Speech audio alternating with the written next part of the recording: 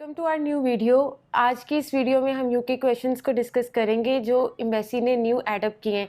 वैसे तो हम ऑलरेडी काफ़ी ज़्यादा मटेरियल जो है वो प्रोवाइड कर चुके हुए हैं अपने यूट्यूब चैनल पे, लेकिन ये क्वेश्चंस न्यू ऐड हुए हैं और जो ऑब्वियसली प्रीवियस वीडियोस में ऐड नहीं है, तो इनको डिस्कस करते हैं।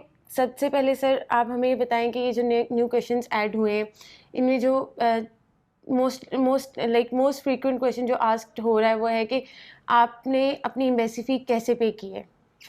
बिल्कुल, ये क्वेश्चन अभी रिसेंटली देखने में आया है कि जो आपकी एम्बेसी फ़ीस है, काफ़ी स्टूडेंट जो है ना एम्बेसी फ़ीस के लिए डिफरेंट कार्ड्स यूज़ करते हैं। तो एम्बेसी इस चीज़ को डिनाई तो नहीं करती कि आप किसी का कार्ड यूज़ कर रहे हैं, बट आप मेक श्योर करना है कि आपको पता हो कि आपने किसके कार्ड से पेमेंट की है। मैं यूनिवर्सिटी फ़ीस की बात नहीं कर रहा, क्योंकि यूनिवर्सिटीज़ जो है वो तो एम्बेसी को ये एक्सेस नहीं देती कि बच्चे ने कैसे, क्योंकि सिर्फ कैश लेटर के ऊपर लिखा आ जाएगा इसने फ़ीस पे की हुई है।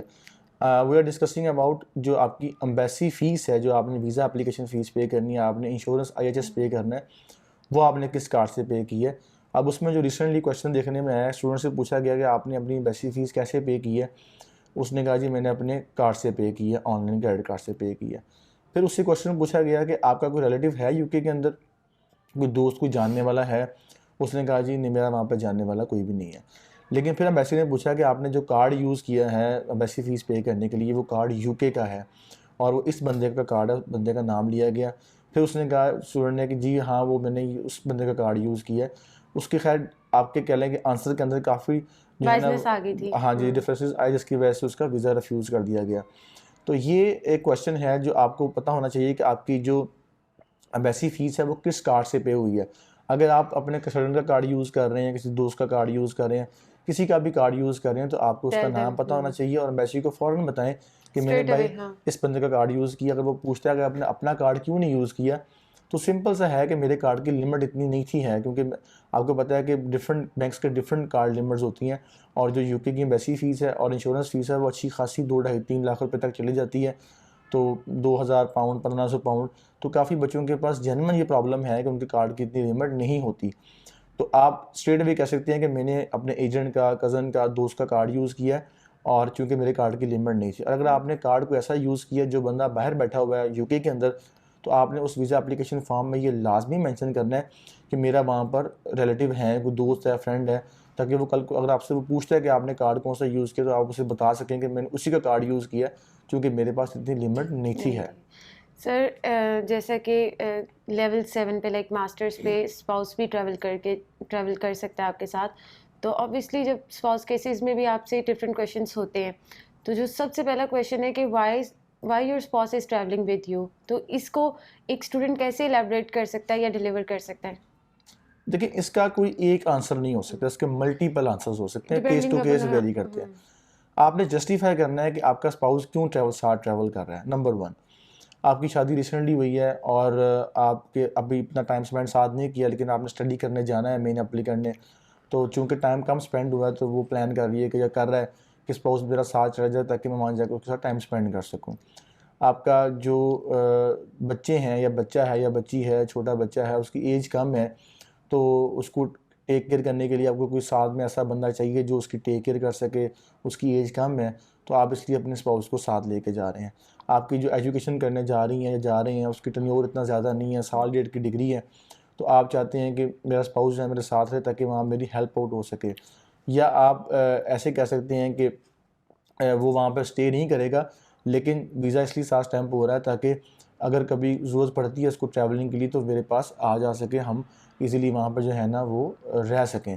तो इसके मल्टीपल आंसर्स हो सकते हैं, but the thing is you need to justify कि आपका स्पाउस क्यों साथ जा रहा है। और इसके लिए आपको मैं रिकमेंड करूँगा कि ये जो क्वेश्चन है आप काउंसलर से, हम अगर हमसे केस करवा रहे हैं तो आप एक बार क्लैरिफाई लाजमी करें, क्योंकि ये केस टू केस वेरी करेगा।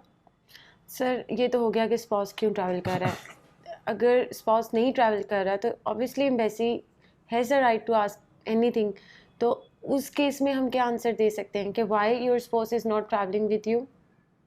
देखिए, उसमें ये हो सकता है कि अब मेरे हस्बैंड जो हैं वो यहाँ पर अपने बिज़नेस में बिज़ी हैं, ठीक हो गया, उनकी जॉब है, वो जॉब नहीं छोड़ सकते अपनी। ऐसी कोई कमिटमेंट है वो यहाँ पर उसको छोड़ के नहीं जा सकते, इसलिए मेरे जो स्पाउस है वो साथ मेरे ट्रैवल नहीं कर रहे हैं। वैसे कोई इस बात पे एतराज़ तो नहीं होगा कि वो साथ में क्यों ट्रैवल नहीं कर रहे, but you need to justify कि आपने उसको जस्टिफाई करना है। अगर वो आपसे कोई क्वेश्चन कर रहे हैं, इट मीन्स कि वो आपसे आंसर भी चाह रहे हैं। अब आपसे वो पूछते हैं जी आपका स्पाउस जो है वो क्यों ट्रैवल नहीं कर रहे साथ में, तो आप सिंपल ये ना कहिए मेरी मर्जी, मेरा दिल नहीं कर रहा उसको साथ लेकर जाने का, ये आंसर आपका जो है ना वो एक्सेप्टेबल नहीं है, जस्टिफाइड है। You need to establish your reason कि भाई वो इधर जॉब में बिजी हैं, उनकी जॉब अभी रिसेंटली हुई है या उनकी प्रमोशन पेंडिंग है, वो बिज़नेस में बहुत ज़्यादा बिजी हैं, कोई भी रीज़न जो जस्टिफाई कर सके कि वो क्यों साथ ट्रैवल नहीं कर रहे। बट मेक श्योर कि आपने उसको जस्टिफाई लाजमी करना है। और ये भी ये क्वेश्चन भी आप काइंडली जो है ना हमसे लाजमी आप जो केस करवा रहे हैं स्टूडेंट्स हमसे, वो लाजमी हमसे एक जो केस टू केस चूँकि वेरी करेगा, हमसे वो लाजमी इस चीज़ को डिस्कस करें। सर एक मैरिड एप्लीकेंट है, ठीक है, शी इज़ ट्रैवलिंग, अब वो अपने किड्स साथ नहीं लेके जा रही, तो ये एक क्वेश्चन है, इसको हम कैसे जस्टिफाई करें? देखिए उसमें ये चीज़ है कि बच्चों की एज पे डिपेंड करता है। अगर तो बच्चे की एज 2+ है, 3+ है, तो वो स्कूल गोइंग भी शो कर सकती है कि हमारा चूँकि जॉइंट फैमिली सिस्टम है, तो ग्रैंड जो उनकी मदर है, नानी है, दादी है, कोई भी हमारे यहाँ का कल्चर इस तरह का है, उनके साथ काफ़ी एक्सटेंडेड फैमिली में अटैचमेंट हम रहते हैं। बिल्कुल ऐसे ही है। तो उनके साथ जो है ना ये जो है ना वो स्टे करेंगे बच्चे, उनके साथ काफ़ी अटैचमेंट है। मेरी 1 साल की डिग्री है, क्योंकि यूके में जो फैमिली अलाउ है वो है भी सिर्फ लेवल 7 की डिग्री के ऊपर, वो 1 साल की होती है। मेरी 1 साल की डिग्री है, मैं करके वापस आ जाऊँगी और वो बच्चा स्कूल गोइंग है। कोई भी ऐसी कमिटमेंट शो कर सकते हैं आप किड्स की जो जस्टिफाइएबल हो। और अगर आप उसको, अगर बच्चा छोटा भी है, 2 साल से कम भी है, तो भी आपको कोई ऐसी रीज़न देनी है जो एम्बेसी में ये कम से कम इस्टेब्लिश कर सके कि आप उसे क्यों नहीं साथ कैरी कर रही। वो अपनी क्या नाम उसका नानी के साथ अटैचमेंट ज़्यादा है, उसकी उसकी फादर के साथ अटैचमेंट ज़्यादा है, डे केयर का इंतज़ाम किया हुआ है हमने। ये चीज़ें एम्बेसी को बॉदर नहीं करती कि आपने डे केयर का बंदोबस्त किया हुआ है, उसकी अटैचमेंट किसी और के साथ है। दीज आर, आप कह लें कि नॉर्मल, उनके लिए बहुत नॉर्मल चीज़ें हैं, लेकिन जस्टिफाई करना बहुत ज़रूरी है। इसको अगर आप जस्टिफाई नहीं कर सकेंगे तो फिर मुश्किल हो जाएगा। Your spouse is travelling with you, then what he will do over there?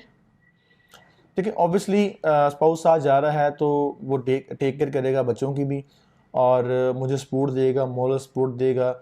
और चूँकि अभी हमने साथ में इतना टाइम स्पेंड नहीं किया हुआ, तो हम वहाँ पे टाइम भी साथ स्पेंड कर लेंगे। और चूँकि मेरे लिए एक बिल्कुल नया कंट्री है, मेरे वहाँ जानने वाला कोई नहीं है, तो मैं बड़ी कंसर्न थी कि मैं वहाँ पे अकेले कैसे सर्वाइव करूँगी। इमोशनल सपोर्ट मिल जाएगी मुझे। और मेरे जो स्पाउस हैं वो ट्रैवल करते रहेंगे पाकिस्तान और यूके के जो है ना वो फ्रीक्वेंट विजिट्स करते रहेंगे। जैसे ही मैं वहाँ पे सेटल हो जाऊँगी, वापस आ जाएंगे, वो पाकिस्तान आ जाएंगे। अगर बच्चे की एज छोटी है तो आप बताएंगे, बच्चे के चूँकि बच्चा छोटा है उसकी टेक केयर करने वाला, सपोर्ट करने वाला कोई नहीं, तो मेरे हस्बैंड जो है उसको ख्याल रखेंगे। अगेन आपने जस्टिफाई करना है, जस्टिफाई आप कुछ भी कर लें, एम्बेसी को एतराज़ नहीं है। अगर आप जस्टिफाई नहीं कर पाते तो फिर उनको एतराज़ है। और अपने आंसर्स में कभी भी आपने आप डबल आंसर्स नहीं देना कि पहले आपने कुछ कह दिया फिर आपने कुछ कह दिया। हमेशा चीज़ों को स्ट्रीमलाइन रखना है आपने। सिंस यू आर मैरिड और आप कि जो वो स्पाउस वो भी आपके साथ ट्रैवल कर रहा है, तो फिर उनका सोर्स ऑफ इनकम क्या है और वो कैसे आपको और अपनी फैमिली को जो है वो थ्रू आउट टेन्योर जो है वो सपोर्ट करेंगे? देखिए उसमें सिंपल सी बात है कि आजकल तो खैर बिज़नेस सारे ऑनलाइन शिफ्ट हो चुके हैं, ठीक है। सीसीटीवी मॉनिटरिंग भी लग जाती है। और फैमिली बिज़नेस अगर आप कर रहे हैं तो आप सिंपल कह सकते हैं कि मेरे हस्बैंड का जो बिज़नेस है वो फैमिली बिज़नेस है, उसमें साथ उनके भाई भी इन्वॉल्व हैं। तो वो उनके जो भाई हैं वो इनको कहते हैं बिज़नेस को देखेंगे और ये वहाँ मेरे साथ स्टे करेंगे। या ये कह सकते हैं, या आप ये कह सकते हैं इनका जो बिज़नेस है वो तकरीबन सारा जो है ना उसके लिए किसी वर्क स्पेस की ज़रूरत नहीं, वो आईटी स्पेशलिस्ट हैं, वो आईटी इंजीनियर हैं, तो उसमें तो आपको बाउंड नहीं है कि आप किसी जगह बैठ के काम करें। या आपका ऐसा सेटअप है जो सीसीटीवी से मॉनिटर हो सकता है, अराउंड द ग्लोब मॉनिटर हो सकता है, तो वो भी आप बता सकती हैं कि वो वहाँ बैठ के उसको मॉनिटर करेंगे। और उसको जो है ना अगर उनको ज़रूरत पड़ेगी पाकिस्तान आने की तो पाकिस्तान भी आ सकते हैं। वो उनका पेट्रोल पंप है, वहाँ मैनेजर रखा हुआ है, तो जस्टिफाई आप कर सकते हैं। अगेन एक बार हमसे लाजमी कंसल्ट कर लें ताकि हम आपको केस टू केस जो है ना आंसर दे सकें इस चीज़ का। और आपका जो किड है वो ट्रैवल कर रहा है आपके साथ, और ऑब्वियसली आप एक फुल टाइम डिग्री में इनरोल होने जा रही हैं, तो स्टडीज़ के साथ अपने किड्स को टेक केयर करना, ये कैसे आप मैनेज करेंगे?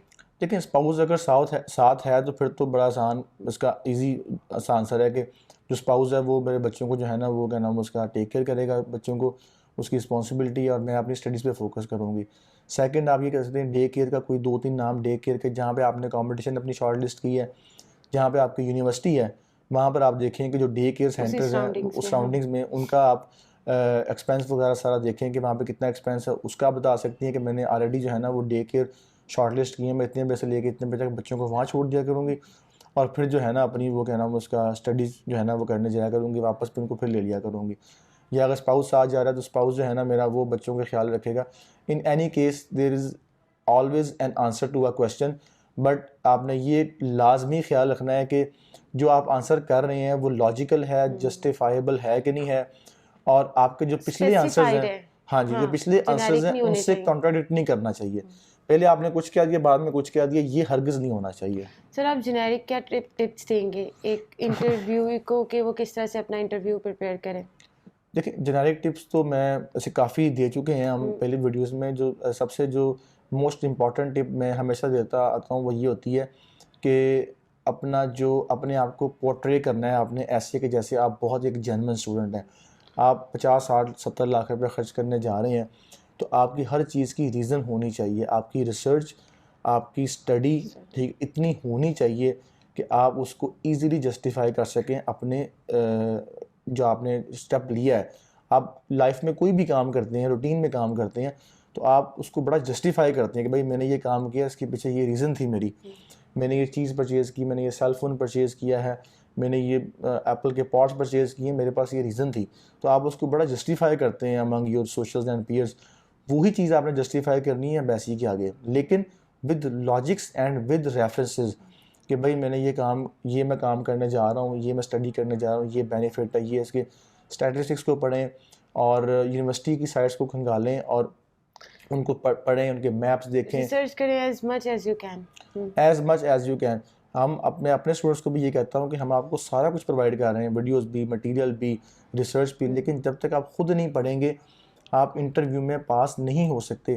क्रॉस क्वेश्चन का कोई भी दुनिया में आपको टिप नहीं दे सकता। लेट्स सपोज आपने उससे कहा कि भाई मैं जो है ना वो वापस आके जो है ना वो क्या नाम उसका एमसीबी बैंक को ज्वाइन करूँगा, ये मेरा फ्यूचर प्लान है।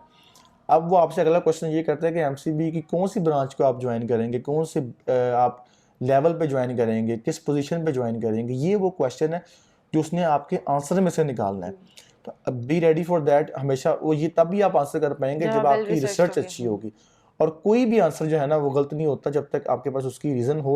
और आप मैं अभी हमने पिछले टेक में अंदर हमारा एक स्टूडेंट था, उसका 10 साल का बैन लगा हुआ था, 2007 में उस पर बैन लगा था। He use fake statement at that time, किसी एजेंट की वजह से हो गया था। 17 में उसका बैन क्लियर हुआ है 10 साल का, और हमने उसका 20 में अप्लाई किया, उसका 14 साल का गैप था। हमने उसको प्रॉपर इंटरव्यू प्रिपेयर करवाया और उसने उसने काफ़ी अच्छे आंसर्स दिए, उसने अपनी हर चीज़ को डेवलप किया, उसने अपना हर आंसर जस्टिफाई किया जैसे हमने उसको बताया था, and he got the visa. और इट वाज रियली इम्पॉसिबल कि एक बच्चे का बैन लगा हो, 15 साल का गैप हो, लेकिन चूंकि उसने अपने आंसर्स जस्टिफाई किए, अपनी रीजंस बताई, लॉजिक्स दिए, साथ में फैक्ट्स दिए, फिगर्स दिए, and he got the visa. तो यही एग्जांपल को मैं देता हूँ आपको कि अपने जो कोई भी केस है उसको जस्टिफाई करें, उसको इस्टेब्लिश करें। वीज़ा इंटरव्यूअर आपको कभी भी इस बात पर रिफ्यूज़ नहीं कर सकता कि आप सही आंसर दें और फिर आपको रिफ्यूज़ कर दें, ये पॉसिबल नहीं है। सो व्यूवर्स, ये थी हमारी आज की वीडियो। इस वीडियो में हमने जितने भी न्यू क्वेश्चंस थे यूके स्टडी के हवाले से उनको सम अप करके आप तक लेकर आए। आई होप आपको हमारी ये वीडियो अच्छी लगी होगी। अगर अच्छी लगी तो लाइक कीजिएगा, शेयर कीजिएगा, और अगर आप हमारे चैनल पे नए हैं तो हमारा चैनल सब्सक्राइब करना मत भूलिएगा। Thank you for watching. अल्लाह हाफिज़। अल्लाह हाफिज़।